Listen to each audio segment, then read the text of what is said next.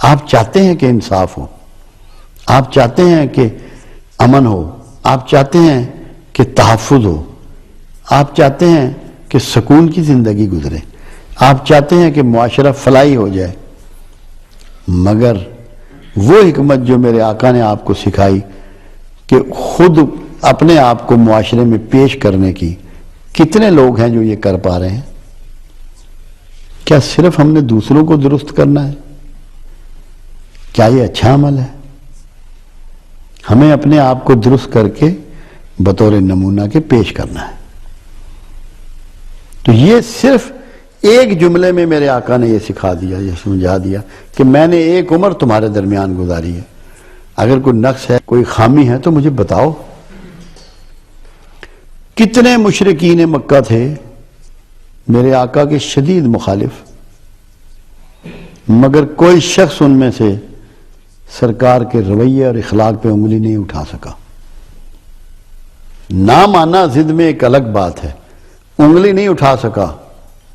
کتنی حقانیت اور سچائی ہے کردار کی، اور کتنا بے داغ ہے کردار کہ دشمن ہونے کے باوجود وہ انگلی نہیں اٹھا سکے اور پھر دین کی بات کی۔ تو تبلیغ کی حکمت میرے آقا نے، دعوت دین کی حکمت میرے آقا نے آپ کو سکھا دی کہ کھانا بھی کھلاؤ، آسانیوں کے ساتھ بات کرو، مگر معاشرے میں اپنے کردار کو سنبھال کے رکھ، اس کو مثالی بنا دو۔ پھر آپ دیکھیں کہ جب آپ ہجرت فرما رہے ہیں وہاں کتنی ذہانت کا آپ نے استعمال کیا کہ جو رخ مدینے کو جاتا ہے اس کے الٹی سمت میں سفر کیا۔ اور جیسے میرے آقا نے فرمایا تھا نا کہ دشمن کو دھوکہ دینا جھوٹ نہیں ہے، حکمت ہے۔ جنگوں میں جب آپ دشمن کو دھوکہ دیتے ہیں اس کو حکمت قرار دیا، یہ دھوکہ نہیں ہے۔ اللہ کے رسول صلی اللہ علیہ وسلم نے فتح مکہ پر کتنی اعلیٰ حکمت کا اظہار کیا کہ 10,000 جو سپاہ تھی ان کو حکم دیا کہ ہر آدمی اپنا چولہا الگ جلائے گا۔ اب دیکھنے والوں نے دیکھا، اس نے کہا یہ تو 1,00,000 سپاہ ہے، کیونکہ 100 آدمیوں کے لیے ایک چولہا جلتا تھا، تو 10,000 چولہے جلوا دیے۔ اس نے کہا یہ تو لاکھوں سپاہ ہے۔ مرعوب ہو گیا دشمن، ایک حکمت سے ان کو مرعوب کر دیا، ڈی مورلائز کر دیا۔ ہم تو حکمت کو اپلائی نہیں کرتے، بالکل نہیں کرتے۔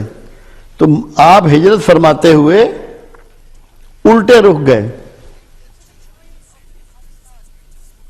تاکہ وہ جو ہیں وہ آپ کا پیچھا، ان کو معلوم تھا کہ کھوجی یہاں کے بڑے ایکسپرٹ ہیں، یہ پیچھا کریں گے پیروں کے نشانات سے، اور انہوں نے کیا، مگر اس کے باوجود آپ نے حکمت کو اپلائی کیا اور اللہ نے بھی اس میں مدد کی۔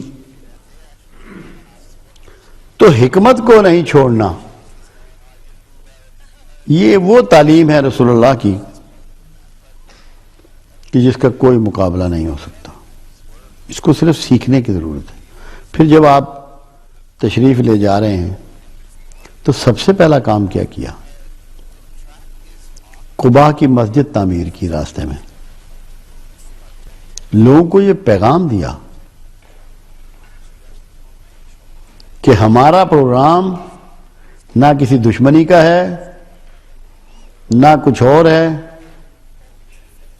اللہ کے حضور جھک جانے کا ہے، اور تمہیں بھی یہی دعوت دینے کے لیے آئے ہیں کہ تم بھی اللہ کے حضور جھک جاؤ۔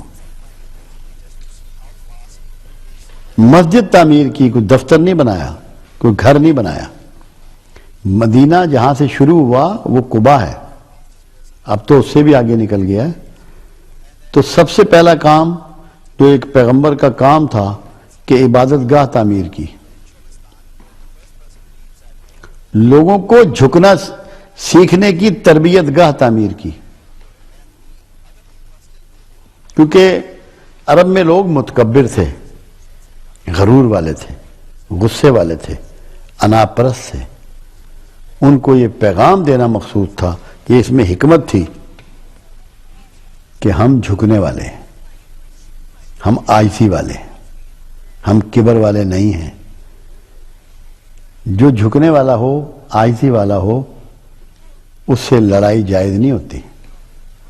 تو مسجد تعمیر کر کے پوری سوسائٹی کو یہ پیغام دینا بھی مقصود تھا کہ ہم تو عزت والے لوگ ہیں، ہم جھگڑے والے لوگ نہیں ہیں. یہ امن کی جگہ ہے، یہاں جو آئے گا اس کو امن ملے گا. تو ہمارے پاس امن ہی امن ہے. یہ وہ چھوٹے چھوٹے ایسے سلسلے ہیں، ایسے آپ کے انداز ہیں کہ جو بے شمار حکمتیں لیے ہوئے ہیں، اور ہم نے کبھی اس بات کو سمجھے ہی نہیں ہے. پھر ایک حکمت کی بات اور دیکھیں آپ، چھوٹی سی. صدقے جائے آدمی رسول اللہ صلی اللہ علیہ وسلم. اصحابہ کرام تو فرمایا کرتے تھے کہ میرے ماں باپ آپ پر قربان.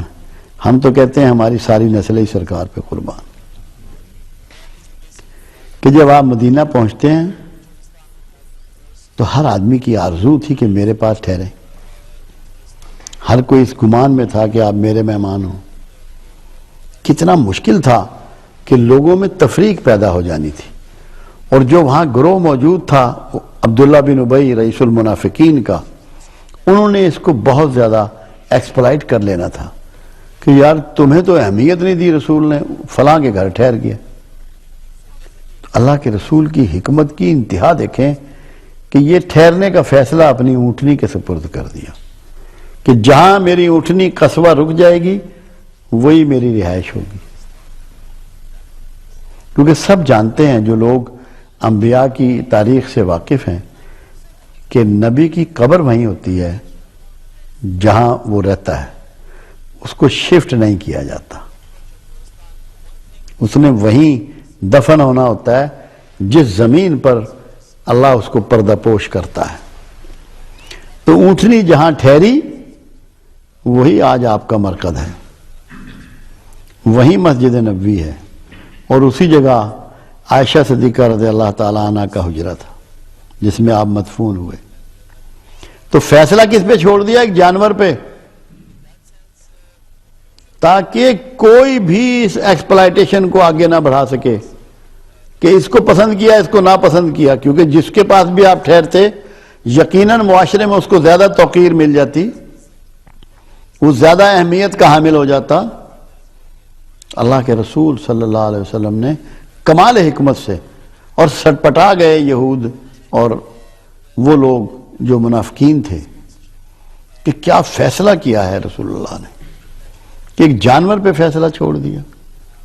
اور کمال ہے اس اونٹنی کا بھی کہ آج وہی روضہ رسول ہے اور وہی مسجد نبوی ہے. سب کی لیے رحمتوں اور بخشش کا سامان وہاں ہے. تو وہ فیصلہ ایک جانور پہ چھوڑ دیا، اپنی اونٹنی پہ چھوڑ دیا. یہ کتنی بڑی حکمت اور دانائی تھی. کبھی سوچا کسی نے ان باتوں کو؟ سوچئے، ایک ایک لمحے میں، ایک ایک معاملے میں، ایک ایک چیز میں کوشش کیجئے کہ آپ کو یہ معلوم ہو کہ صاحب حکمت نے یہ کیا کمال کر دکھایا، تاکہ آپ اپنی زندگیوں میں آسانیاں پیدا کر لیں، معاشرے کو گلزار بنا لیں حکمت سیکھ کر.